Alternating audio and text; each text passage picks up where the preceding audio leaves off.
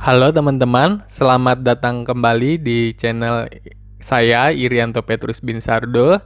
Saat ini kita akan membahas tentang saham di dunia farmasi yang cukup terkenal, Kimia Farma dan Kalbe Farma.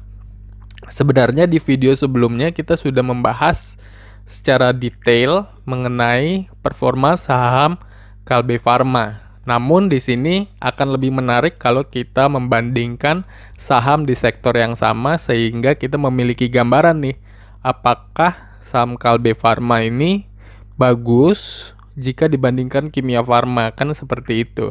Jadi kita punya pembanding yang apple to apple dan dapat menentukan investasi di saham apa yang lebih menguntungkan bagi kita sebagai investor.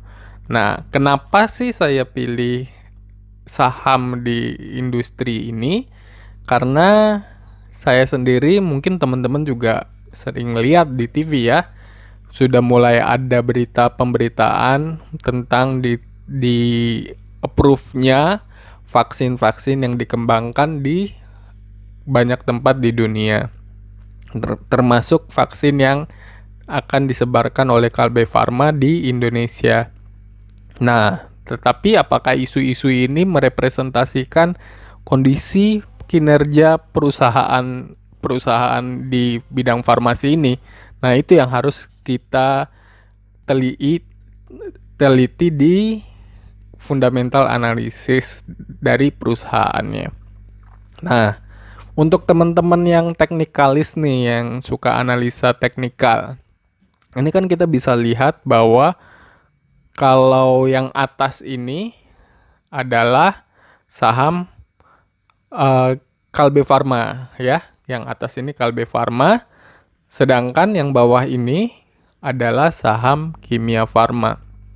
Dan kalau kita lihat, keduanya memang saham yang bertumbuh, trennya naik, namun kalau kita lihat Kalbe Farma, mungkin bagi teman-teman yang suka technical analysis, ini sudah memasuki daerah sideways begitu ya.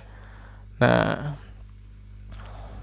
dengan bentuknya yang sepertinya akan membentuk sideways, maka pergerakan sahamnya, harga sahamnya akan di situ-situ aja biasanya.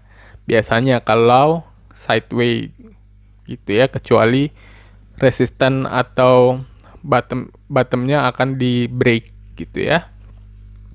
Nah, di sisi lain kalau kita lihat sahamnya Kimia Farma, kita lihat Kimia Farma memiliki tren yang naik cukup signifikan gitu kan.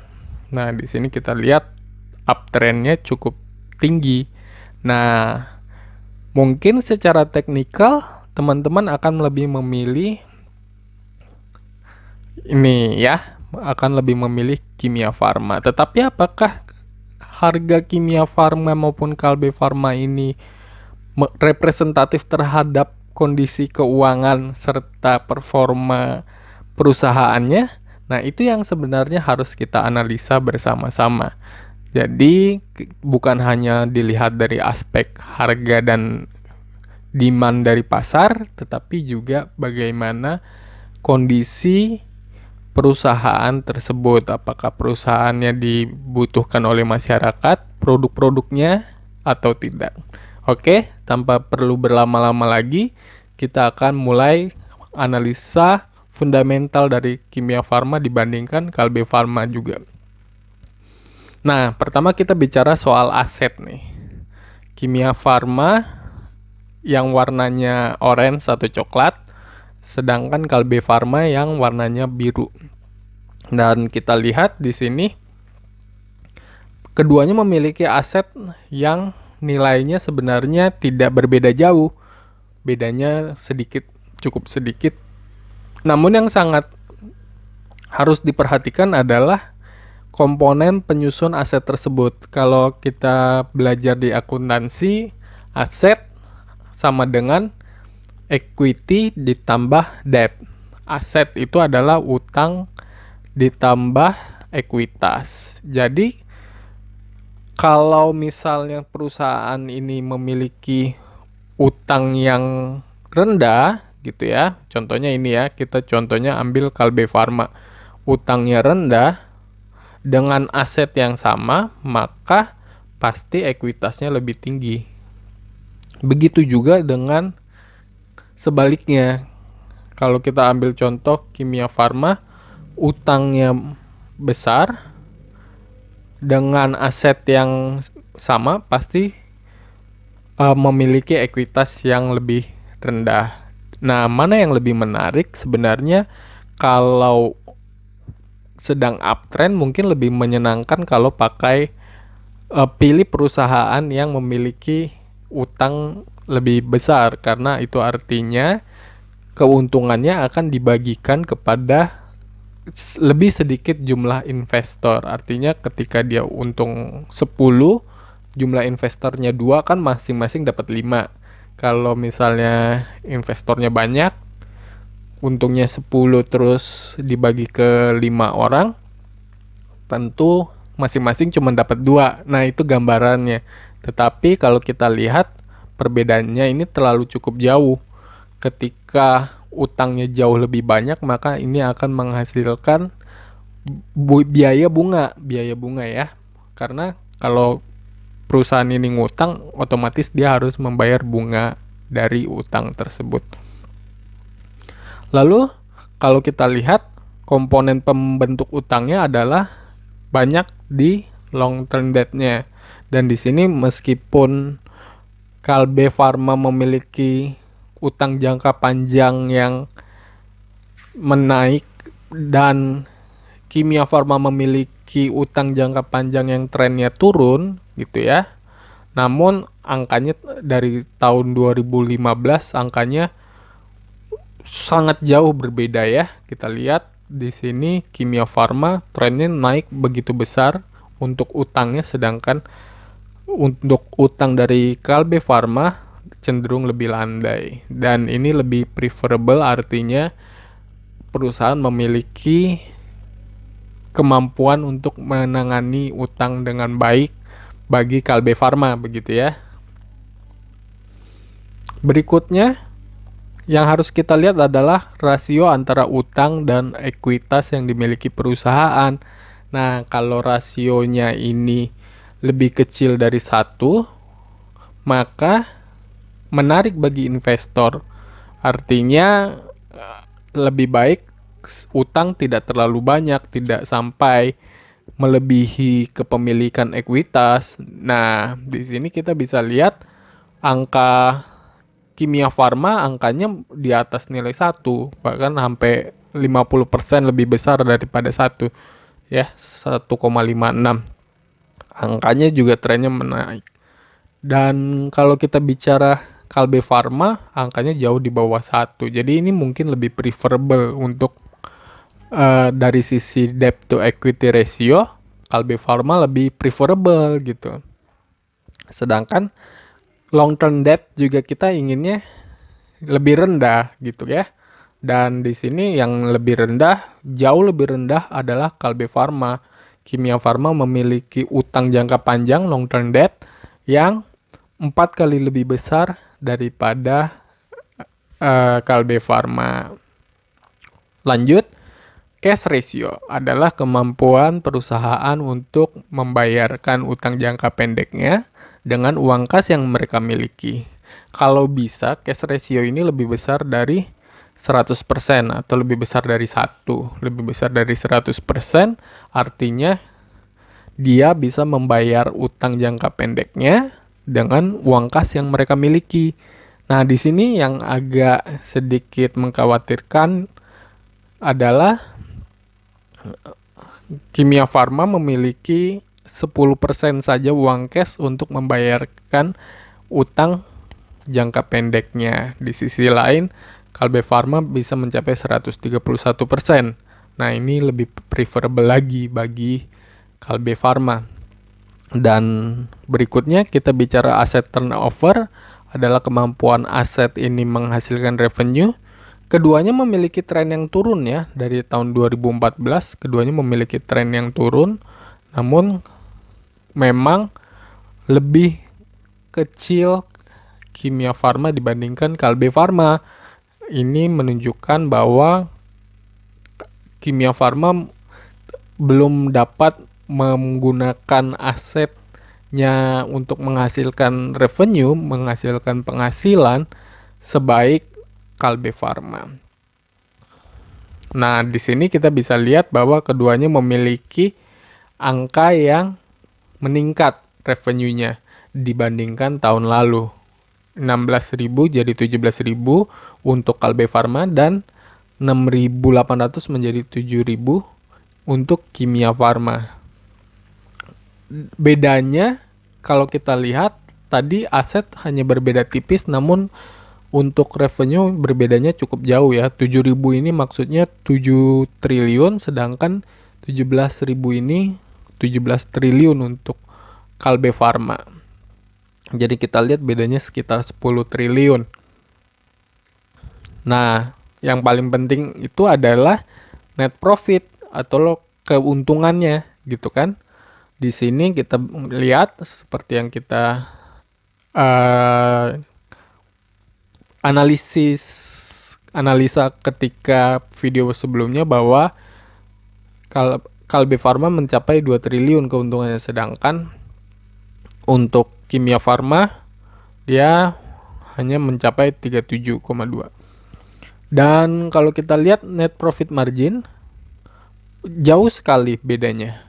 Untuk Kalbe Farma sampai 11,9%, sedangkan untuk Kimia Farma 0,5%. Ini artinya Kimia Farma memiliki beban biaya yang cukup besar, ya mungkin akibat utang yang di awal kita lihat tadi jumlahnya lebih besar daripada Kalbe Farma, sehingga ada beban bunga yang harus dibayarkan dan menggerogoti istilahnya ya, menggerogoti penghasilan perusahaan, sehingga keuntungan bersihnya jauh lebih kecil dibandingkan Kalbe Farma. Di lain sisi mungkin secara penggunaan biaya tidak sehemat yang bisa dilakukan oleh Kalbe Farma. Dan di sini yaitu karena utangnya cukup banyak, maka di sini Kimia Farma hanya mampu mencapai time interest earn atau jumlah bunga utang yang bisa dibayarkan dengan keuntungannya sebesar 1 kali 13 kali lipat. Sedangkan 1,13 kali lipat. Sedangkan untuk Kalbe Farma bisa mencapai 40 kali lipat. Kita ingin angkanya setinggi-tingginya gitu ya. Walaupun trennya Kalbe Farma mungkin turun untuk times interest earn-nya, tapi angkanya tetap jauh lebih tinggi dibandingkan Kimia Farma. Dan yang harus kita lihat berikutnya adalah return on equity, yaitu pendapatan yang dimiliki oleh investor saham ketika menginvestasikan uangnya di saham-saham perusahaan ini. Dan kalau kita lihat bahwa untuk September 2020 angkanya berbeda jauh sekali. Untuk Kimia Farma bahkan return-nya itu hanya 0,54%. Lebih rendah daripada return yang teman-teman akan dapatkan kalau teman-teman menaruh uang teman-teman di deposito. Sedangkan kalau Kalbe Farma return-nya mencapai 11,32%. Atau mungkin sebagai pembanding lebih besar daripada yang teman-teman bisa dapatkan ketika memasukkan ke obligasi negara, contohnya begitu ya. Jadi yang satu bahkan lebih rendah daripada deposito, yang satunya lagi lebih besar daripada obligasi negara. Dan akhirnya kita masuk ke valuasi. Di sini valuasinya kita bisa lihat bahwa tidak bisa menggunakan pendekatan price to earning ratio yang dibandingkan dengan IHSG, karena mereka selalu memiliki price to earning ratio yang bukan selalu ya, mungkin sebagian besar waktu price earning to ratio-nya lebih besar daripada IHSG. Dan yang lebih cocok untuk digunakan adalah menggunakan pendekatan price to book value, di mana berapa sih price to book value rata-rata beberapa tahun ke belakang. Kita lihat dengan harga sekarang Kalbe Farma 1.500 dan Kimia Farma 3.200, harganya memang lebih mahal dari Kimia Farma dibandingkan Kalbe Farma, tapi kita lihat keduanya sama-sama diskon sekitar 50%-an, dan diskon dari Kimia Farma lebih besar, yaitu 53% diskonnya, sedangkan Kalbe Farma diskonnya hanya 51%. Dan di sini kita bisa lihat bahwa harga saham tidak merepresentasikan diskonnya itu sendiri. Harganya mungkin lebih mahal ya, 2 kali lipat, 3.200, Kalbe Farma 1.500. Tetapi ternyata Kimia Farma memiliki harga yang lebih diskon, bedanya 2% dibandingkan Kalbe Farma. Nah, untuk menutup analisa hari ini, kita akan melakukan rangkuman mana yang lebih menarik antara Kalbe Farma dibandingkan Kimia Farma. Berdasarkan growth, aset yang bertumbuh, kita lihat bahwa keduanya memiliki nilai aset yang mirip. Jadi kita bisa centangkan dua-duanya. Nah, berikutnya untuk liquidity. Mana yang lebih besar? Utangnya akan menimbulkan beban interest atau beban bunga yang lebih besar gitu ya. Dan di sini kita lihat bahwa Kalbe Farma lebih baik karena memiliki utang yang lebih rendah. Berikutnya kita bicara activity. Kita ingin cash-nya bisa menutupi utang jangka pendek yang dimiliki oleh perusahaan. Jadi kita centang di Kalbe Farma yang memiliki cash reserve yang besarnya hingga 131% dari utang jangka pendeknya. Kemudian kita bicara profitability. Nah, ini yang tadi kita analisa bahwa sebenarnya profitnya Kimia Farma kurang menarik karena banyak termakan biaya, net profit margin yang terlalu besar. Jadi di sini tetap memilih Kalbe Farma.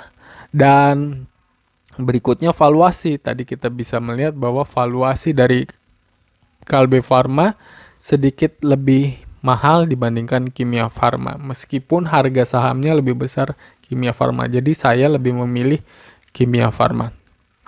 Nah, di sini teman-teman bisa menyimpulkan sendiri akan berinvestasi di Kimia Farma atau di Kalbe Farma. Dan yang lebih penting lagi, teman-teman mendapatkan overview gambaran yang lebih lengkap, bukan sekedar dari demand atau supply berdasarkan analisa teknikal, tetapi juga performa perusahaan yang dibandingkan secara grafis dan dapat terlihat perbedaan yang signifikan di antara keduanya.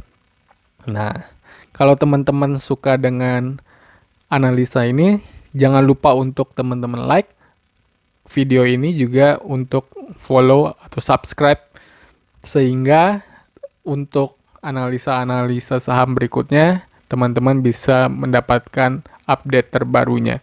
Dan kalau teman-teman memiliki pandangan yang berbeda atau memiliki request saham mana yang akan dibandingkan head to head atau akan dianalisa secara sendiri juga, teman-teman bisa tulis di kolom komentar. Oke, sekian dari saya. Saya Irianto Petrus Binsardo. Sampai jumpa di video-video berikutnya.